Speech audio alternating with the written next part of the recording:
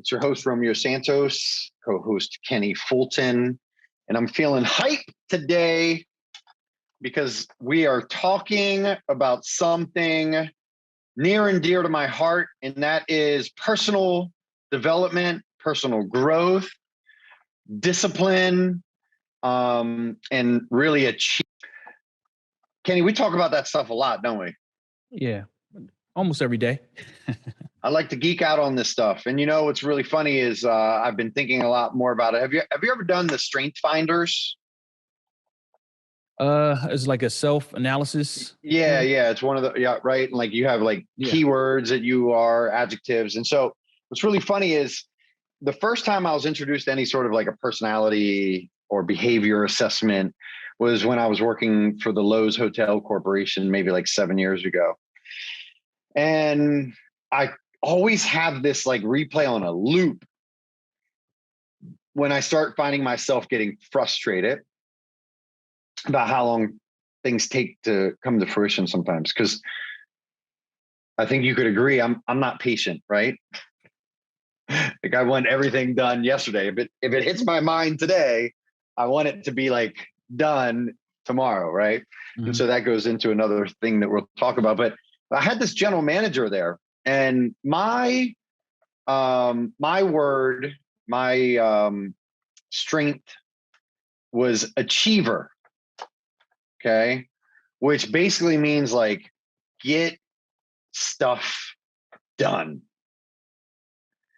And I think that's always been a driver of mine. Like it has been who I've been. Like, for example, I'm 5'9". I'm not that quick or fast. I was really good at baseball, but I made basketball every year, not because I was so good at basketball, but because I would hustle and give 150%. And like, I would be on you like crazy, defending you, or I would just do the suicides 100%. And so the coach just had to keep me. I just gave too much of it. Right. Yeah. But what I want to talk about today with you and with our audience, Kenny, is that when we're out on the playing field, that there are a couple things that we need to be aware of that really will determine our level of achievement. And I think more and more people are starting to talk about this on podcasts and thought leaders and gurus, if you would, out there, but it's really discipline. And what I think we can reframe that word, because who likes the word discipline, right? Like, do you like to be disciplined? No, it has a negative connotation to it. Right? It's got a negative connotation, like I'm getting in trouble, right? Yet that's not really what we're talking about. What we're talking about is that everybody that's alive right now is on the playing field, or I like to refer to it as the battlefield. And we're fighting. Now, a lot of people like to think that their fight is, well, the economy sucks, or there's too much competition, or it's just too hard, or I don't have the time, or we could go on and on and on for days, right? But we don't want to talk about that stuff. But the reality is that we really only have one opponent and one enemy on the battlefield. And who's that, Kenny? It's ourselves. It's ourselves. Mm-hmm. Right? You play golf. Rhetorical question, I know, because I played with you. What do they say about golf? Where is 90% of the game played? In your head. It's mental. In your head, right?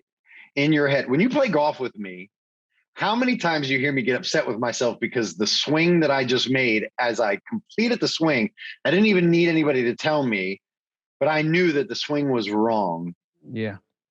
Yet my practice swing 90% of the time is right. Right.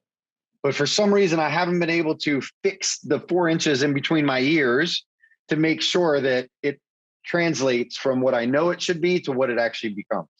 Mm-hmm. Well, I think that's often what we do in our lives, right? I think that's kind of a good metaphor for life in general, right? Like, you know, we're out there doing whatever it is, right? We're in real estate. Okay. We also do other businesses, investments, and, you know, I'm like a serial business starter, construction company. And I know that you've got lots of different things that you're, you know, exploring as well. But no matter what it is, there's that struggle against ourselves and that struggle for the discipline, right? I've been listening to some yogis lately on TikTok. Believe it or not, TikTok has become like my go-to, like quick burst of like motivational things, right? And more and more I keep hearing the message that the only thing in life that we need to master is our own thoughts and our minds.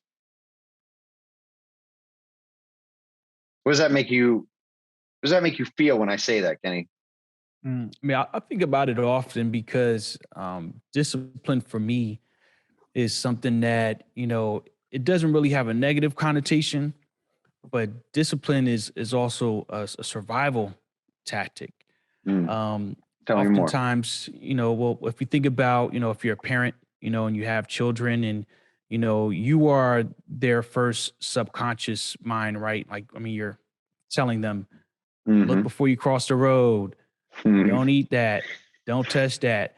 Don't eat too much candy. All these things, you know, we're kind of drilling into their brains because we know that if left to our own means, you know, we have destructive characteristics as well, right? You know, having a drink every now and then for many people is okay. Having too many, you know, could cause, you know, alcoholism, liver disease, you know, eating, you know, bad foods every now and then for many people is okay. Having too much of that can cause, you know, obesity, you know, diabetes, you know, early death. So I think in some ways, you know, discipline has to show up in many areas of your life. But I think we kind of pick and choose where it's important to have discipline. But it's in there for many of us. If we think about like, well, you know what? I know guys who are really good going to the gym. They go to the gym every day, right? And they got great physiques and, you know, no money, you know, not because they can't go after it. It's just because, you know, they don't have the discipline to show up every day and do a job consistently or, you know, take crap from customers and things like that. Right. So I think sometimes it's about, you know, you know, sometimes it's just about like, hey, look, I have it in these areas of my life. You know, how can so I know it's possible, you know, but I'm not excelling in these other areas. So I have to find a way for it to show up there as well. So when I think about it as a survival tactic, I think because sometimes we don't learn that skill until we're in a really bad place, right? You don't think about hustling to get money until you have no money left, right? Now it's a matter of survival.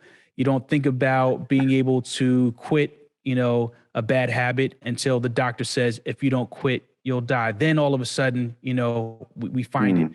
So when I frame discipline and that means of like, hey, if you can't listen, if you can't follow directions, you know, you might be walking into oncoming traffic, you know, because you just refuse. But I like what you said earlier is that it's an internal conversation. It's about how do you talk to yourself? If you tell yourself, I can't do it, or the other day, somebody said to me, I'm bad with names, right? I'm bad with names and I'm good with faces. It's kind of like a declaration. Like, I'm not going to remember your name. I'm telling you right now. Right. You know what I mean? And then I was like, I'm bad with names too. Like, but am I? If I met somebody who had a really great opportunity for me, and would I forget that person's name? Probably not, because I would look at that as an opportunity. You know, that's the survival mode, right? So you have to have a conversation with yourself first about, this is important to me. I want to, you know, be better disciplined in this area. So you have to recognize it. And then you have to make sure you're making a conscious decision to do so for whatever that thing is for you, or it might be several. You might only be winning in one area of life and need discipline in the other 17 areas. You know, 100%. you gotta have that conversation with yourself. 100%. I love that you brought that up too, because I think, well, I don't want to sound egotistical here, but I know that it's easy to be disciplined at things that come easy to you. Mm-hmm. Yep. Right. Like, I enjoy working out. So it's easy for me to have built that habit because I enjoy it. I always grew up. I played sports. I was always an athlete. It was a habit that was formed long ago. So it was easy. Right. I also like cookies. So if it's in the house, it's easy for me to be disciplined to make sure that I eat all those cookies until they're gone. Right. Right. So discipline can be in two different ways, right? Like if your discipline is I want to gain weight and I like to eat all the cookies, okay, great. That's the discipline. But we're really also talking about habits, right? Because we're really just the culmination of our habits. You know, what's the saying? Don't practice the things that you don't want to become. Mm-hmm. You just mentioned it, right? If you eat really bad food, you might get diabetes, you might get obese, right? So like, don't practice being a poor eater. Mm-hmm. You mentioned alcoholism as a possibility as well. Don't practice being an alcoholic, right? Well, I'm not an alcoholic. I'm just partying because I'm young. But you're practicing for the habit of being an alcoholic, which can come on later in life, right? Just like obesity. You know, I'm practicing, you know, you all of a sudden lose something else in your life and you've already built those neurotransmitters. You've already communicated to yourself. And let's be honest,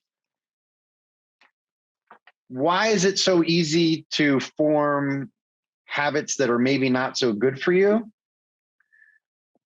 Typically because they are habits that bring you pleasure, which release a chemical in your brain called dopamine, which digs deep grooves into your brain, and your brain automatically becomes conditioned to go back down those grooves to find that pleasure source. That's right. Right. So if you can find a way to be disciplined to do the things that you truly don't want to do, you can then begin to build new grooves that will take you in a more desirable direction and ultimately a more desirable outcome. Right. Yeah. Yeah. So, you know, what are some examples of some things maybe that you've done in your life that you didn't quit a bad habit, you just developed a new habit?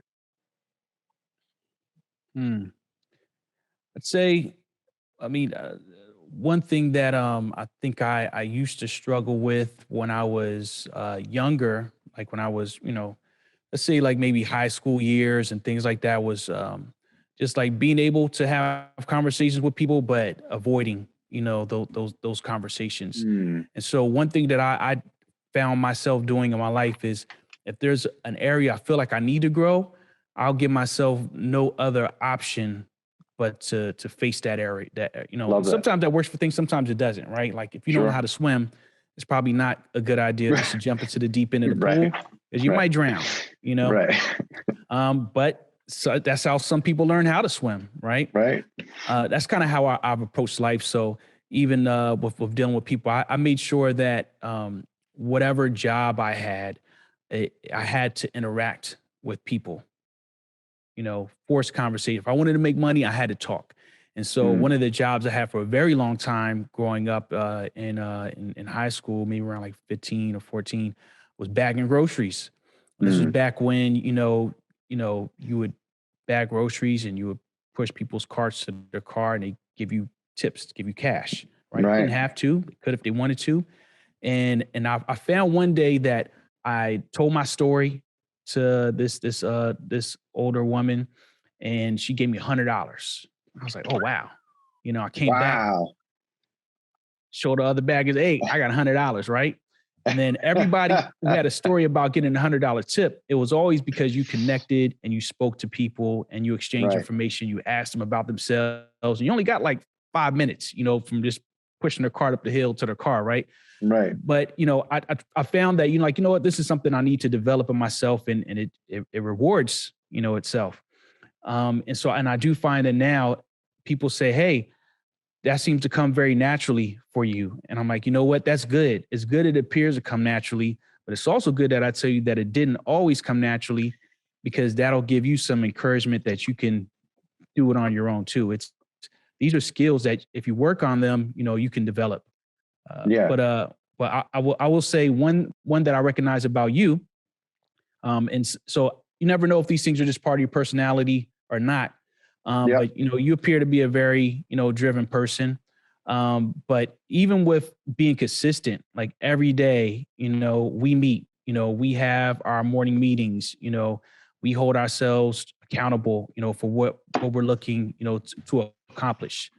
So there's a quote, you might know it because you're really good with quotes, but it's something about the word discipline and disciple being inside of the word discipline, right? And so I think the message in there is that, if you lack discipline, be a disciple, learn from somebody else. If there's an area in your life where you want to improve and you want to be better at, if it's working out, and that's where you need to find some encouragement and you don't find it within yourself, look for the person who has the body that you want or the life that you want and follow that, so you can find that discipline within, following other people's paths. And sometimes you could be the mentor for somebody. Just you being disciplined in a certain way can encourage other people like, hey, look, guys. So like there were some days where, you would get fired up after having a conversation with somebody else. Then you would pass it on to me. And then you say, hey, Kenny, look, if we're going to be leaders, we both got to be doing this thing because people are looking at us to do it. And I think that you can hold other people to a higher standard, or at least show them that it's possible, if you're doing it as well. And it's really cool how that just continues to flow down. Yeah, love it. Love that. Yeah. It's funny that you say disciple, right? Because when you say disciple, I think religion, right? Like at its kind of, root definition of what a disciple would be. And of course you can be a disciple of many things, but if you read the Bible or any, the Torah, the Quran, I mean, whichever biblical book you may read, I believe that there's a common theme through all of them that basically echo what we're talking about, that say that the battle is within yourself, right? That's right. The battle is within yourself. Even the story of Adam and Eve was a story of a lack of discipline and also a lack of accountability, because what did they do to one another once God came back and asked them why they had eaten the apple? They pointed the finger at somebody else. Yeah. Right? He pointed at her and she pointed at the snake. Mm-hmm.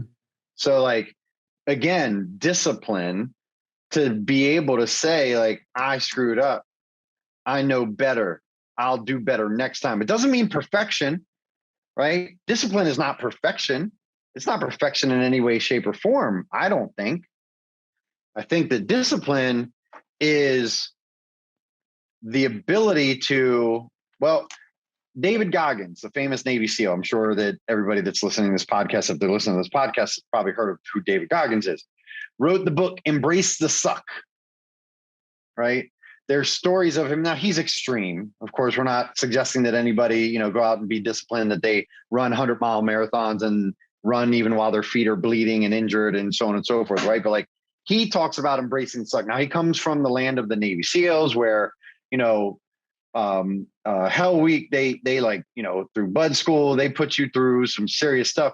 And what he talks about often in his interviews and also in his book is that the purpose of that is to see who they can break, not break physically, because he said clearly people are able to physically do it because they do it all the time.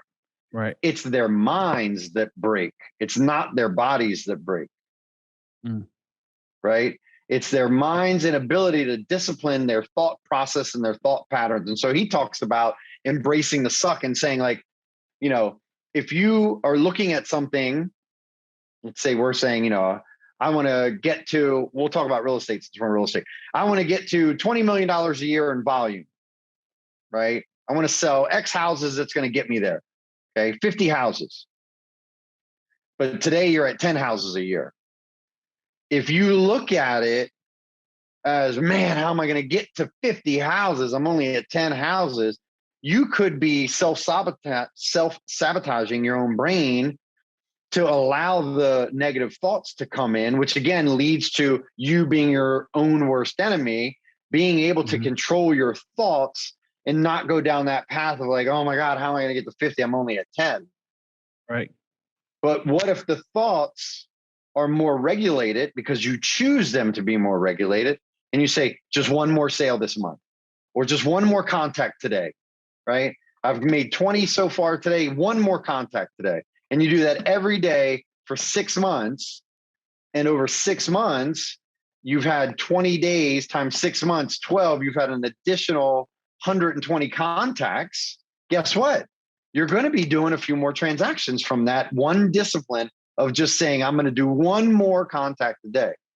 Now you can tell your mind, I can do one more a day, but maybe saying I'm going to do 120 additional contacts in the next 6 months, maybe that might go, oh, I can't do that. It's so hard to get to 20 a day. Now I have to get to, that many more. That's now, 5 extra a week, 20 extra a month. People, we start to allow ourselves to create a narrative in our brain where we convince ourselves that that's too hard. Yeah. I can't do that. Right. And what do we like to say all the time in our meetings? Look at somebody else. And if they can do it, then we can do it. That's right. If it can be done, if somebody else has shown that it can be done, then you can do it. Right. Yeah. Well, I mean, let me ask you a question. Yeah. You asked me, what have I done? What's something in my life that I felt I needed more discipline in, and how did I do it? What in your life did you feel you needed more discipline, and how did you do it? I think the biggest impact for me was I needed more discipline in my thoughts, and also in a routine. And those two for me went together, right? Because controlling my mind wasn't as easy as controlling my activities, because again, as an athlete, that was a discipline that came a lot easier to me. Now, with that said, I started by doing something called the miracle morning, right? And so I did a 2-prong approach where I just literally started ingesting every piece of, information that I could, book, podcast, quotes, webinars, you name it, that had a positive message behind them about personal development and taking charge and taking control, right? The Zig Ziglar, the Jim Rohn, the Tony Robbins, you name it. Anybody that was talking about mindset, I was consuming it like crazy. And that was helping me to subconsciously retrain those neurotransmitters to go into a different direction, right? Because before that, it was like, traffic sucks.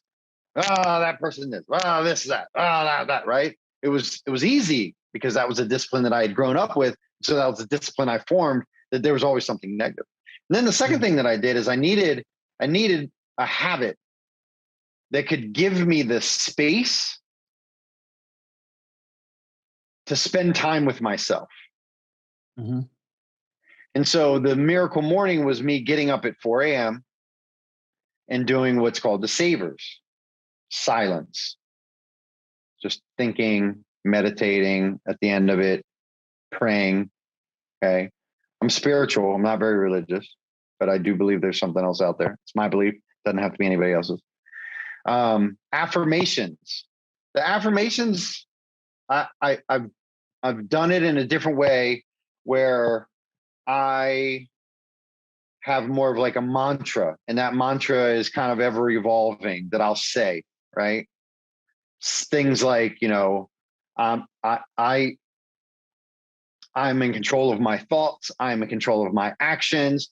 I am in control of my destiny, right? Like those types of affirmations that are true, because I feared what I had heard from other people that you got to be careful with affirmations because your mind knows when you're lying to it, right? So I couldn't say like, I'm successful when I hadn't been successful yet, right? Like I got a 6-pack when no, I don't have a 6-pack, right? Like, I don't drink any alcohol when no, of course I have a couple beers, throughout the week, whatever it might be. So I had to say things that were really true. Okay. Then V is for visualization. And so when I'm done with those things, I sit there and I visualize what my day is going to look like. I visualize what it's going to look like in 10 years when I achieve this long-term goal that I have, right? I can see it. You're in it every time, Kenny, by the way. Hey, cool. You're in it. It's my 50th birthday. Me and my family are coming in off of the river to our house. People are beginning to gather at our home to celebrate my 50th birthday and also the achievement of helping our 100th person become a millionaire, right? Like I visualize that. I want it to come into focus for me. And then E, exercise. Mm-hmm. So I always work out first thing in the morning, get my sweat up.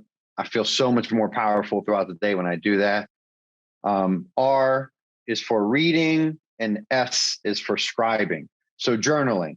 So the reading I don't do in the morning. I tend to do that throughout the day with podcasts and books and that sort of thing. And the journaling, I do it, but I'm not as consistent with that as I am with the others.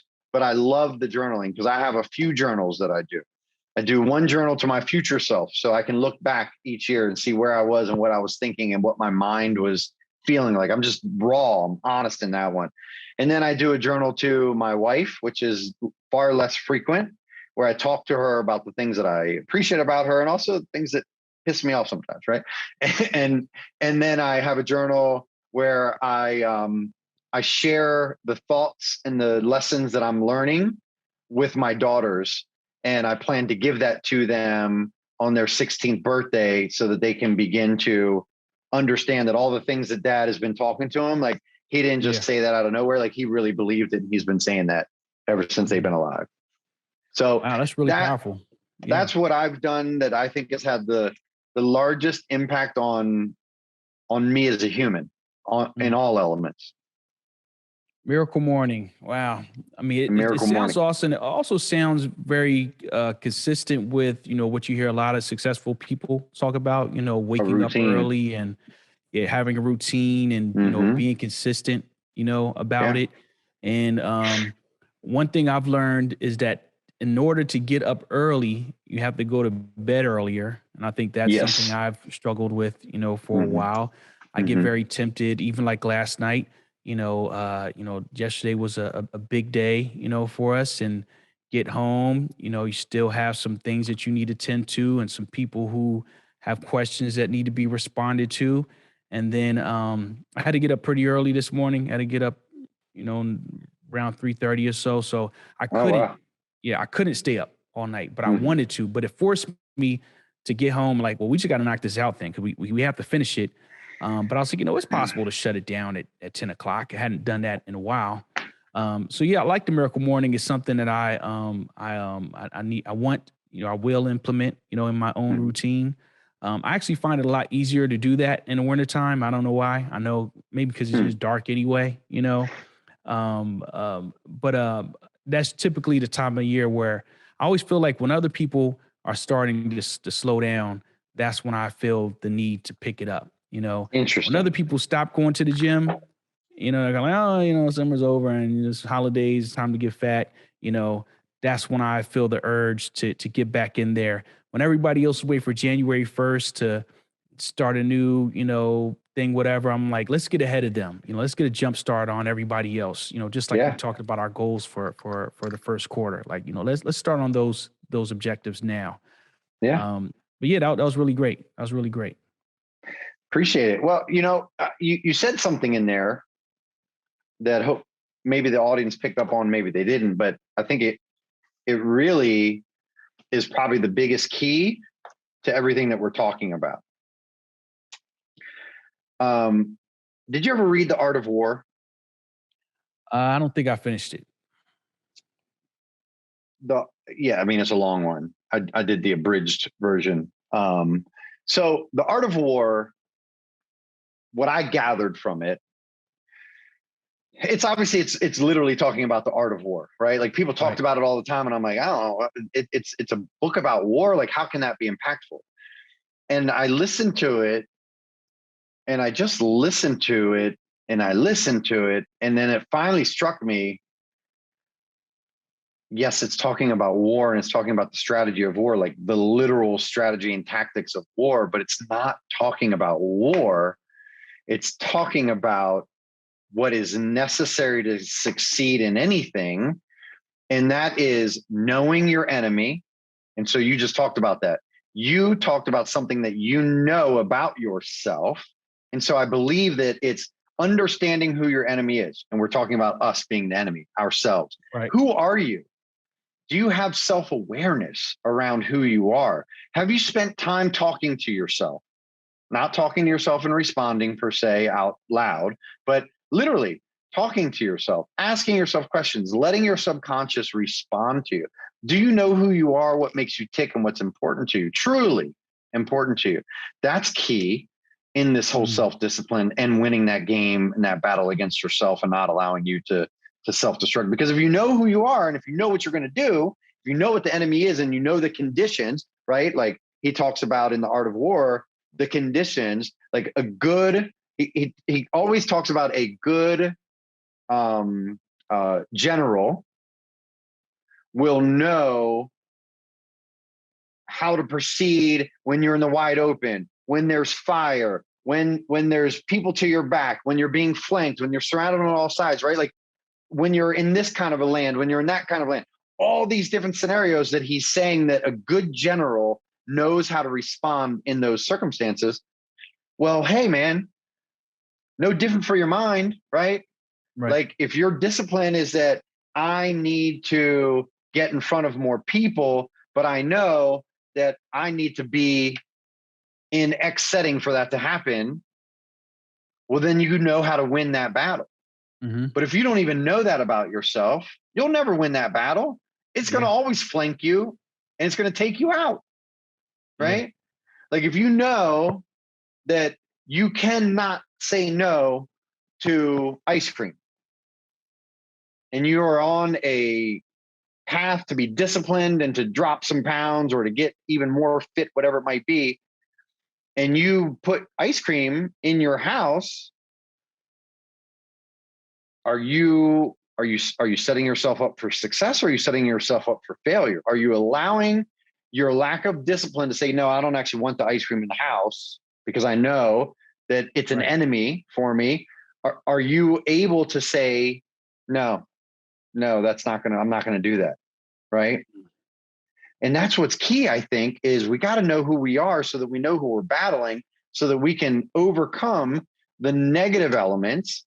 And also, it even talks about in the book, Art of War, that the spies that come to spy on you, which are the enemy, that you treat them well so that they can give you information. Well, the spies might be the things that give you dopamines that lead you in the direction of good outcomes that you can then say, hey, spy, how do I get more of you?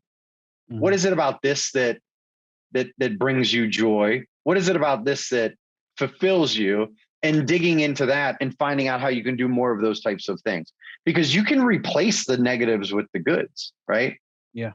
I think that's actually a great book that now I wouldn't recommend that you guys go out and just read the whole thing, but if you have a Audible subscription, you can actually get the abridged version for free. And it's read by the guy from Game of Thrones who nobody liked, who was like, he was like the bad guy in between everybody, always trying to plot. What was his name? I didn't watch it. I don't know. Marcus will find it and put his face on the show notes.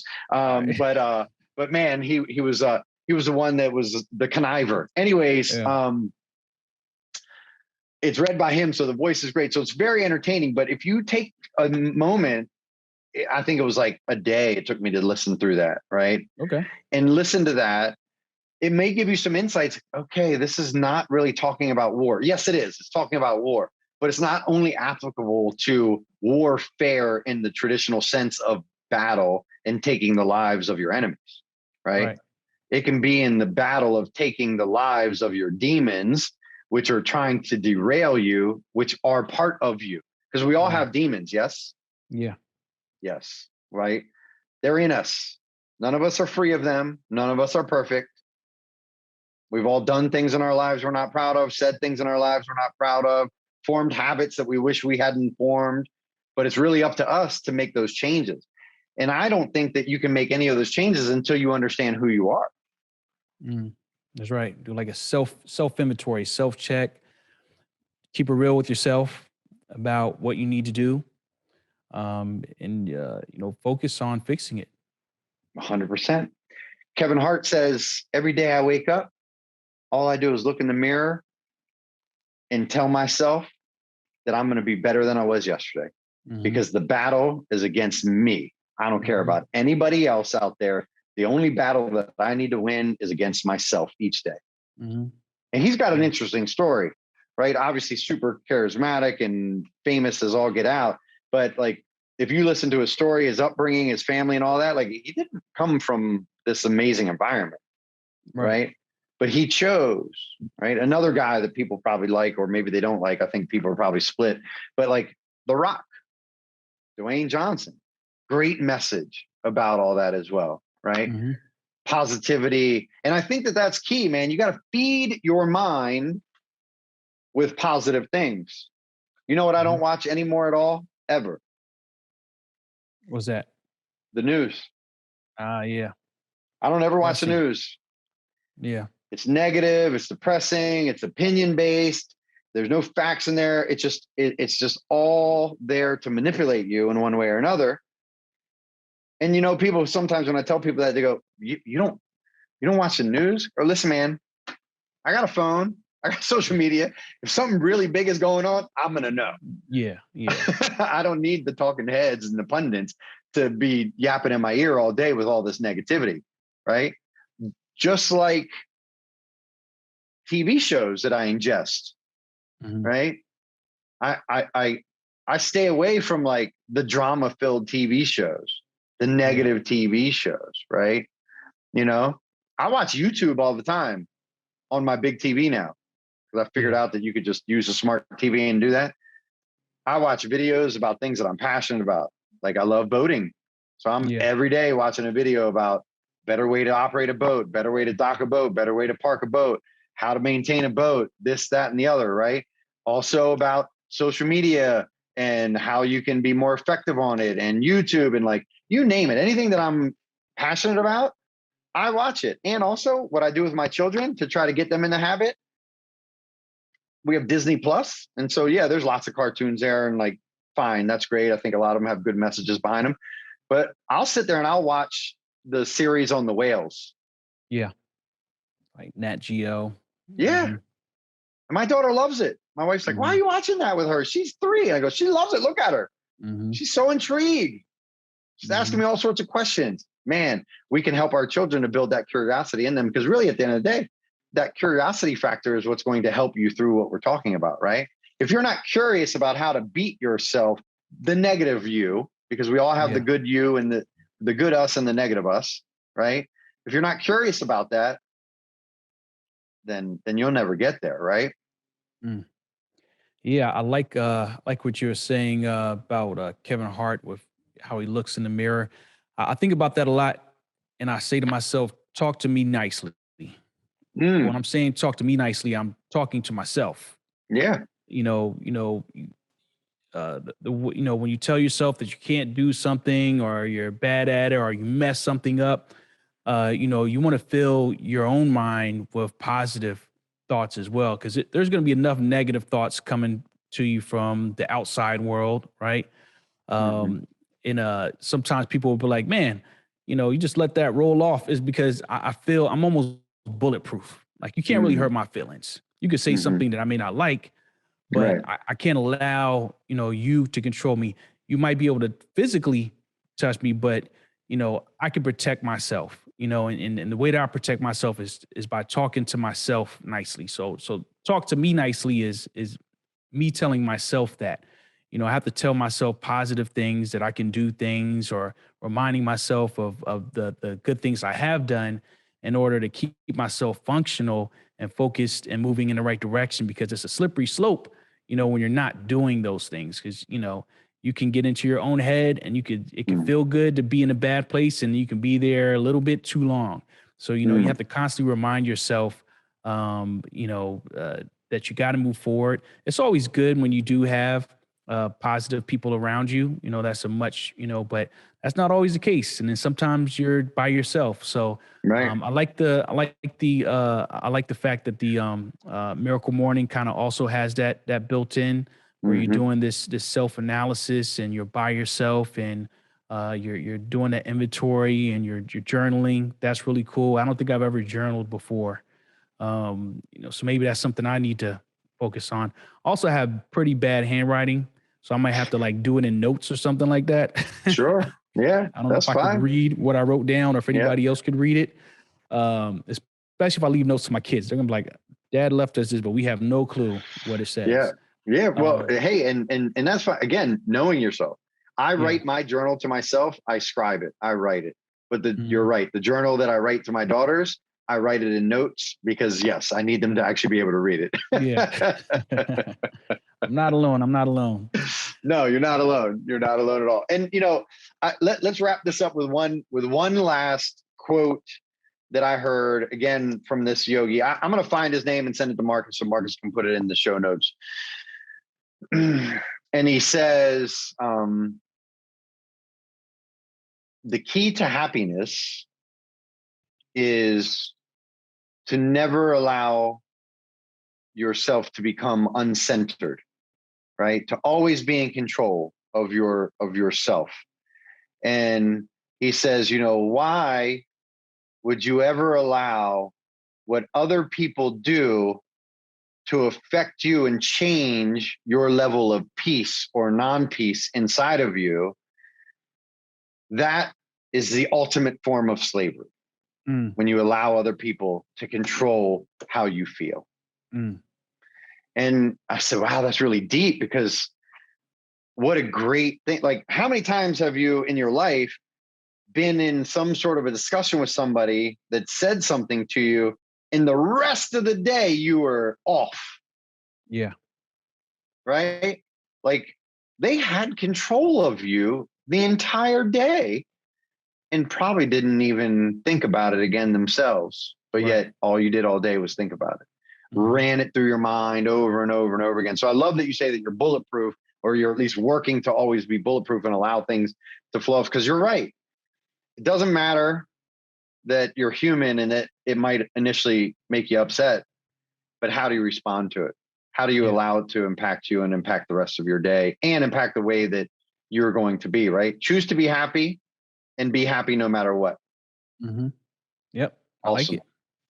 All right. Well, Kenny, I hope that our audience got something out of this. I certainly needed to talk about it, and I loved talking about it with you. Thank you for going down this path with me. Appreciate you, brother. I appreciate it. Rap stars, we're out. Thank you so much. Peace.